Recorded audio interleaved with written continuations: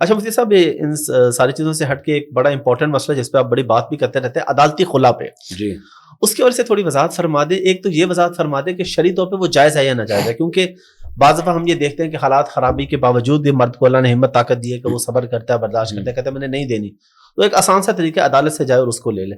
تو اس کی شرعی حیثیت بھی بتا دیں پلیز، اور پھر اس کا معاشرے میں جو نقصان ہو رہا ہے اس کے حوالے سے بھی بتا دیں. 3 چیزیں ہیں جن کو گڑبڑ کر دیا جاتا ہے. ٹھیک ہے. ایک ہے طلاق، ٹھیک ہے. ایک ہے خلا، ایک ہے فسخ نکاح. ٹھیک ہے. یہ تینوں الگ الگ چیزیں ہیں. ٹھیک ہے. طلاق کا مطلب مرد جب طلاق دے گا، اس کا قرآن نے طریقہ بتایا کہ ایک طہر میں 1 2، اگلے میں دوسری 2، اکٹھی 3 دے دیں تو اس کے حکام ہے. ٹھیک ہے. تو وہ اس میں مرد ہی ہے، مرد دے گا تو طلاق ہوگی، ادروائز نہیں ہو سکتی. ٹھیک ہے. دوسرا ہے خلا. خلا بھی اصل میں طلاق ہی ہے. ٹھیک ہے.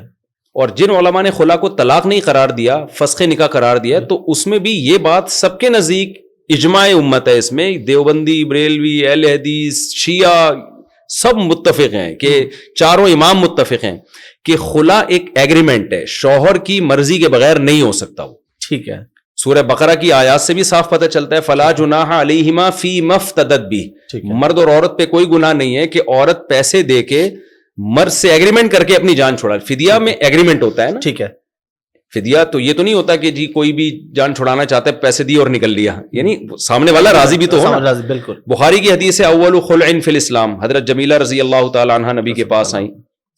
حدیث کا عنوان ہے کہ اسلام میں سب سے پہلے خلا کا واقعہ. تو جمیلہ آئیں، حضرت ثابت کے بارے میں کہا کہ میں نہیں رہنا چاہتی. وہ یعنی شکل و صورت کے لحاظ سے بہت زیادہ فرق تھا. تو پہلی رات میں انہوں نے اندازہ لگایا کہ بھائی میرا جوڑ نہیں، میری جوڑ کی شادی نہیں ہوئی. تو وہاں بھی یہی ہے کہ نبی صلی اللہ علیہ وسلم نے حضرت ثابت کو کہا کہ آپ ان کو طلاق دیں. خود نبی نے نکاح ختم نہیں کیا جیسے ہماری عدالتیں کر رہی ہیں یک طرفہ. تو طلقھا، آپ نے فرمایا ان کو طلاق دو. اور اس پر بھی امت کا اجماع ہے کہ یہ طلاق کا حکم استحباب کا تھا، کوئی یقینی حکم نہیں تھا. ٹھیک ہے حضرت، کیونکہ شریعت نے قرآن سے ہمیں پتہ چلتا ہے کہ نکاح توڑنے کا اختیار اللہ نے مرد کے پاس رکھا ہے. اور یہ تمام آسمانی مذاہب میں کہ عورت آئے گی اپنی مرضی سے، لیکن نکاح ختم مرد کی مرضی کے بغیر نہیں ہو سکتا. چند صورتوں میں وہ میں بھی آپ کو بتاتا ہوں.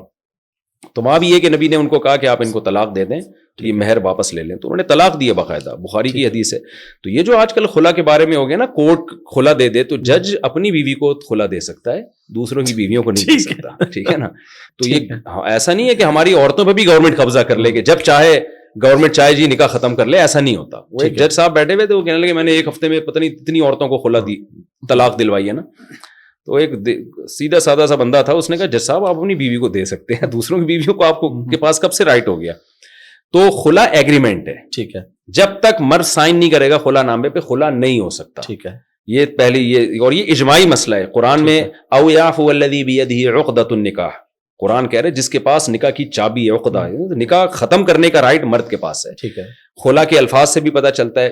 اس پہ لمبے چوڑے بہت سارے دلائل ہیں، یعنی اجماعی مسئلہ ہے، اس میں دو رائے ہو ہی نہیں سکتے. جو اسکالر اس طرح کی بات کرتے ہیں کہ نہیں جی خلا جو ہے وہ یک طرفہ ہوتا ہے عورت کی مرضی کے بغیر، بھی وہ ایسے وہ ان کو یعنی نہ قرآن کا پتہ، نہ حدیث کا پتہ، نہ اجماع امت کا پتہ.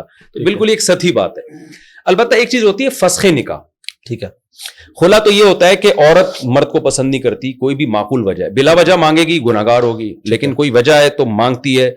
تو شریعت کہتی ہے کہ ٹھیک ہے بھائی کسی معقول وجہ سے مانگ رہی ہو تو مرد کو راضی کر لو کہ وہ مہر واپس لے لے اور تمہیں چھوڑ دے. ٹھیک ہے. یہ کام اگر مرد خود نہیں کرتا تو کورٹ سے رابطہ کیا جا سکتا ہے تاکہ کورٹ مرد کو بلائے. اس سے فائدہ یہ ہوگا کہ مرد اس کو سیریس لے گا. ٹھیک ہے. ورنہ بعض دفعہ بیوی کی بات کو مرد سیریس نہیں لیتا. تو کورٹ کا کام ہے دونوں کو بلائے اور کہے کہ بھائی یہ نہیں رہنا چاہتی تو چھوڑ دو. چھوڑ دے گا تو ٹھیک ہے، نہیں چھوڑے گا تو پھر نہیں ہو سکتا، یعنی نہیں ہو سکتا. وہ کورٹ کا کام صرف دونوں کو یعنی اس کو اس میں سنجیدگی پیدا کرنا ہے تاکہ مرد اس کی بات کو سیریس لے.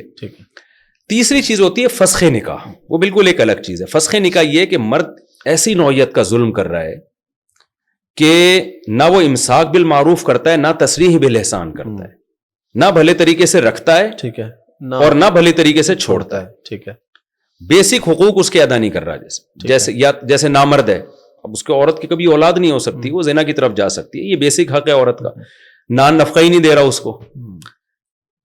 تو یا ایسے بھی لوگ ہیں شادی کی بیرون ملک چلے گئے، بیگم کو بھول گئے، وہ نہ خرچہ بھیج رہے ہیں نہ اس سے پوچھ رہے ہیں، 2-3 سال سے یہاں لٹکی ہوئی ہیں، ان کی عزتیں محفوظ نہیں ہیں. بھائی یا تو ہمیں رکھو پراپر یا چھوڑو.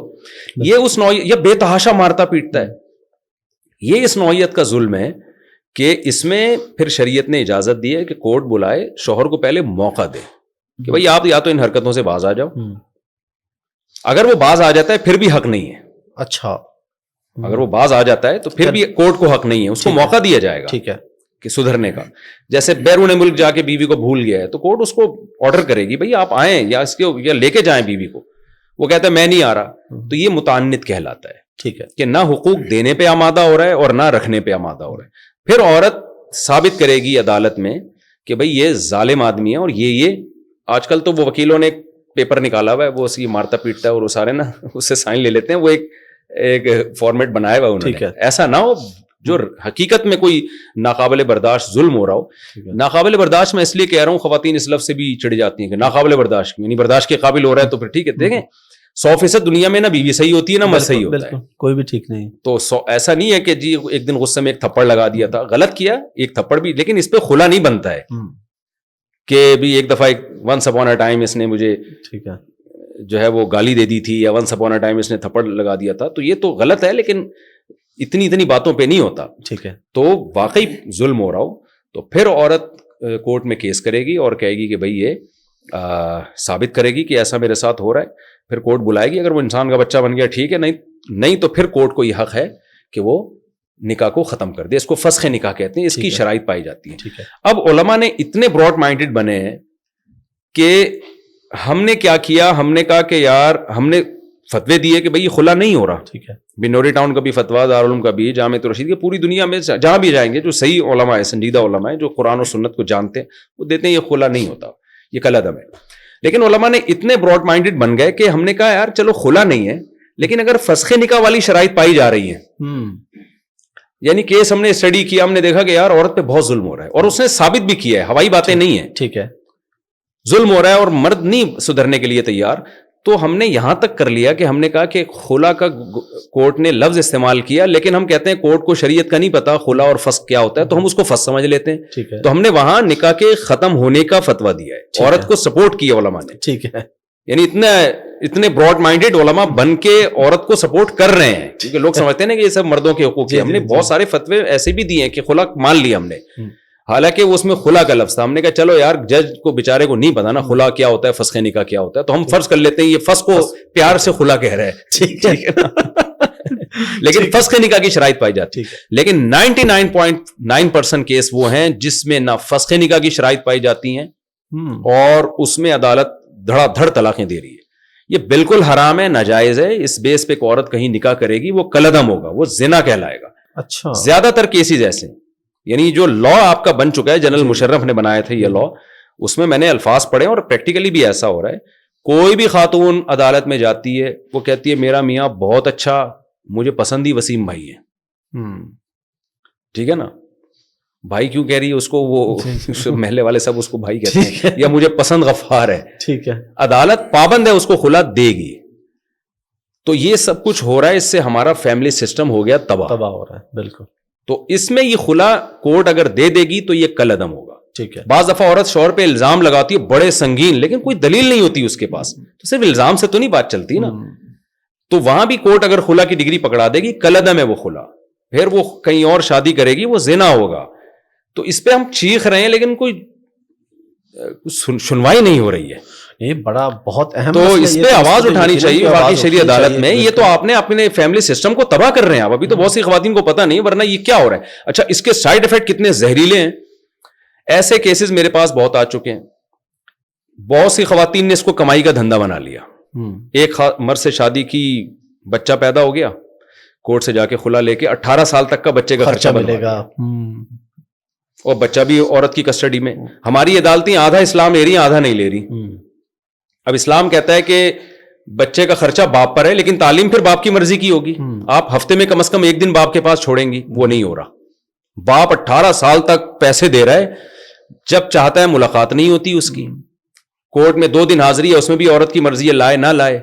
لانے کا, آنے جانے کا, کنوینس کا خرچہ باپ کے ذمے. پھر وہ بچے کو باپ کے خلاف ورغلاتی رہے گی, اس کا دماغ خراب. ایسے ایسے کیسز آئے ہیں, بچہ کہہ رہا ہے تم چور ہو, تم ڈاکو ہو, باپ کو کہہ رہا ہے. تو خودکشی کے کیسز آئے ہیں, باپوں نے گولیاں مار کے اپنے آپ کو ہلاک کیا ہے. اور قتل کے کیسز آئے ہیں, جب ڈپریشن میں آپ جا رہے ہو تو مکمل اس میں جو ہے نا وہ